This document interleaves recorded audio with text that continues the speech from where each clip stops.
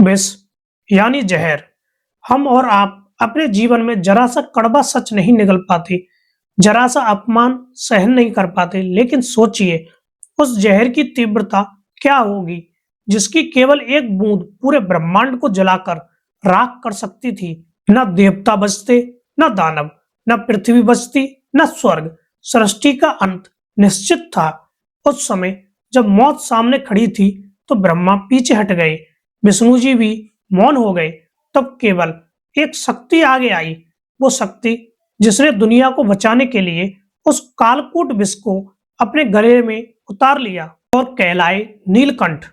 आज हम समुद्र मंथन की उस घटना को फिर से जिएंगे जिसने महादेव को उनका सबसे सुंदर नाम दिया। लेकिन यह कहानी केवल विष पीने की नहीं है, कहानी है त्याग की। यह कहानी है माता पार्वती के उस प्रेम की जिसने शिव जी को मरने से बचाया। और यह कहानी है उस जीवन दर्शन की जो आपको सिखाती है कि अपने अंदर के जहर को कैसे संभालें। अगर आप महादेव के भक्त हैं तो कमेंट में जय नीलकंठ लिखें। और चलिए शुरू करते हैं यह दिव्य गाथा। इस महागाथा की शुरुआत समुद्र के किनारे नहीं बल्कि स्वर्ग के सिंहासन से हुई थी। देवराज इंद्र तीनों लोकों के स्वामी थे, सत्ता और शक्ति के नशे में वे चूर थे। एक दिन महान ऋषि दुर्वासा, जो अपने क्रोध के लिए जाने जाते हैं, इंद्र से मिलने आए। दुर्वासा जी ने प्रसन्न होकर इंद्र को एक दिव्य पुष्पमाला भेंट की।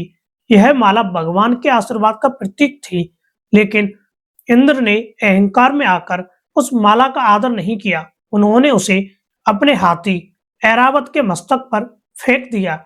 हाथी ने उस माला को अपनी सूंड से खींचा और पैरों तले कुचल दिया। यह देख ऋषि दुर्वासा का क्रोध फूट पड़ा। उन्होंने श्राप दिया, इंद्र, जिस वैभव के अहंकार में तुमने ईश्वरीय प्रसाद का अपमान किया है, वह वैभव अभी इसी क्षण तुमसे छिन जाए, तुम श्रीहीन हो जाओ। और देखते ही देखते स्वर्ग की चमक फीकी पड़ गई, फूल मुरझा गए, देवताओं का तेज खत्म हो गया। उधर मौका पाकर असुरों ने स्वर्ग पर आक्रमण कर दिया। कमजोर हो चुके देवता हार गए और अपनी जान बचाने के लिए इधर उधर भागने लगे। हताश होकर सभी देवता भगवान विष्णु के पास गए। विष्णु जी ने कहा, इस संकट का केवल एक ही उपाय है, समुद्र मंथन, क्षीर सागर, दूध का महासागर में अमृत छिपा है। अगर तुम्हें वह अमृत मिल जाए तो तुम अमर हो जाओगे और तुम्हारी शक्ति वापस आ जाएगी। लेकिन विष्णु जी रुके और कहा, यह काम तुम अकेले नहीं कर सकते, तुम्हें असुरों की मदद लेनी होगी। सोचिए दोस्तों, यह कितनी बड़ी कूटनीति थी। अमृत के लिए दुश्मनों से हाथ मिलाना पड़ा। असुर भी मान गए क्योंकि उन्हें भी अमर होना था। तैयारी शुरू हुई। मथनी बना मंदरांचल पर्वत, रस्सी बने नागराज वासुकी जो शिव जी के गले में रहते हैं। लेकिन पर्वत समुद्र में डूबने लगा। तो भगवान विष्णु ने कच्छप अवतार लिया और पर्वत को अपनी पीठ पर संभाला। मंथन शुरू हुआ। हर हर की आवाज से समुद्र कांपने लगा। वासुकी नाग के मुख की तरफ असुर थे और पूंछ की तरफ देवता। हजारों साल तक मंथन चला। समुद्र की लहरें आसमान छू रही थीं। पानी के अंदर उथल पुथल मची थी। हर किसी की नजर समुद्र की सतह पर थी कि कब अमृत निकलेगा, कब लक्ष्मी निकलेगी, कब खजाना निकलेगा। हम भी जीवन में यही करते हैं ना। हम मेहनत मंथन करते हैं और उम्मीद करते हैं कि सुख अमृत मिलेगा। लेकिन प्रकृति का नियम कुछ और है। सुख से पहले दुख आता है, निर्माण से पहले विनाश का सामना करना पड़ता है। अचानक समुद्र के अंदर से अमृत नहीं निकला, वहां से निकला हलाहल विष। इसे कालकूट भी कहा जाता है। यह विष इतना भयानक था कि इसके निकलते ही दसों दिशाएं जलने लगी। उसकी गर्मी से देवता और असुर बेहोश होकर गिरने लगे। वासुकी नाग के मुख से भी विषैली लपटें निकलने लगी। पेड़ पौधे झुलस गए, जीव जंतु मरने लगे। हाहाकार मच गया। बचाओ बचाओ की पुकार गूंजने लगी। असुर भाग गए, देवता भाग गए। कोई उस विष के पास जाने की हिम्मत नहीं कर पा रहा था। वह विष फैलता जा रहा था। अगर वह धरती या पानी में मिल जाता तो सृष्टि का अंत निश्चित था। अब सवाल यह था, इस पाप को कौन पिएगा? अमृत पीने के लिए तो सब लाइन में खड़े थे, लेकिन विष्णु जी ने देवताओं को इशारा किया, जिसका कोई नहीं उसका महादेव है, जाओ कैलाश। सभी देवता भागते हुए कैलाश पहुंचे। वहां सब कुछ शांत था। उन्होंने पुकारा, त्राहि माम महादेव, त्राहि माम, रक्षा करें, रक्षा करें। शिवजी ने अपनी समाधि तोड़ी और पूछा, क्या हुआ?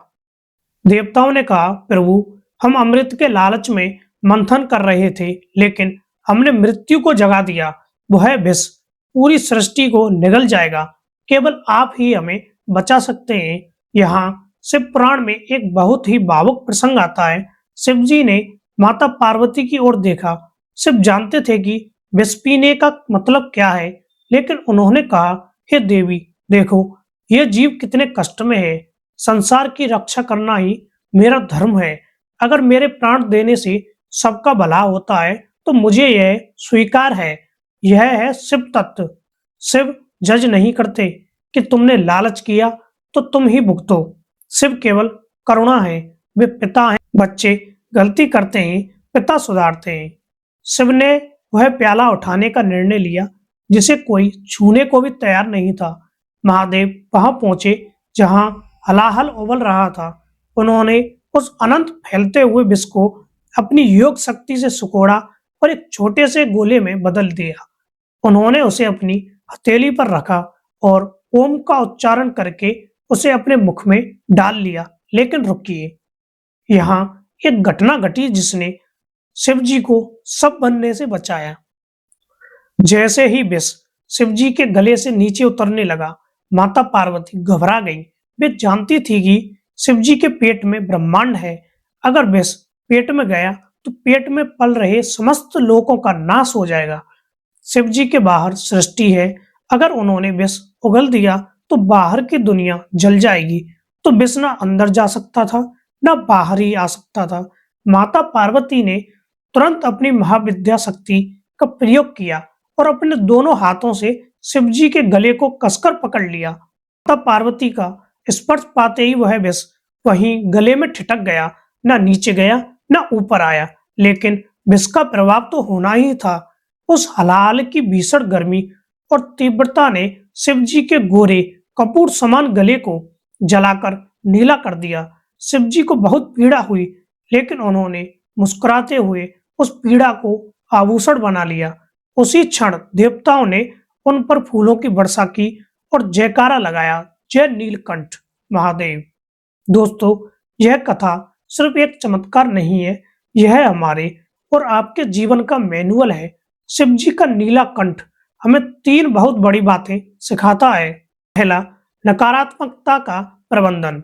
हमारे जीवन में भी हलाहल आता है। दूसरों का अपमान, गुस्सा, आलोचना, धोखा। हम अक्सर क्या करते हैं, या तो हम उसे पी जाते हैं जिससे हम डिप्रेशन या बीमारी का शिकार हो जाते हैं, या हम उसे उगल देते हैं जिससे हमारे रिश्ते और समाज खराब हो जाता है। नीलकंठ बनना हमें सिखाता है कि नकारात्मकता को ना दबाना है, ना उगलना है। उसे गले में रोक लो, यानी उसे प्रोसेस करो। उसे अपनी शांति और बुद्धि से निष्क्रिय कर दो। बुराई को जानो, लेकिन उसे अपने दिल तक मत पहुंचने दो। दूसरा, अमृत पाने की शर्त। समुद्र मंथन में अमृत बाद में मिला, विष पहले मिला। जो विष पीने का साहस रखता है, अमृत उसी के हिस्से में आता है। अगर आप मुश्किलों से भागेंगे तो सफलता कभी नहीं मिलेगी। तीसरा, त्याग ही देवत्व है। विष्णु सुंदर हैं, ब्रह्मा रचयिता हैं, लेकिन देवों के देव महादेव केवल शिव हैं। क्यों? क्योंकि उन्होंने दूसरों के लिए जहर पिया। बड़ा वह नहीं जो सबसे ज्यादा पाता है, बड़ा वह है जो सबसे ज्यादा त्यागता है। तो दोस्तों, शिव जी को नीलकंठ किसी ने बनाया नहीं था, यह उनका चुनाव था। प्रेम का चुनाव, करुणा का चुनाव।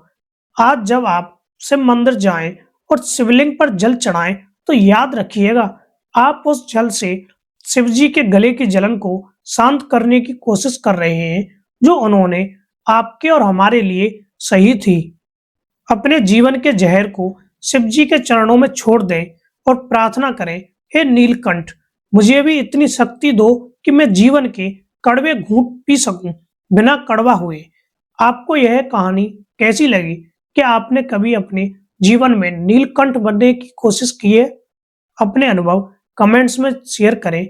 अगर यह वीडियो आपके दिल को छू गया हो तो इसे लाइक करें और अपने परिवार के साथ शेयर करें। सनातनी ज्ञान की इस यात्रा में हमारे साथ बने रहने के लिए चैनल को सब्सक्राइब करें। मिलते हैं अगले वीडियो में, तब तक के लिए ओम नमः शिवाय।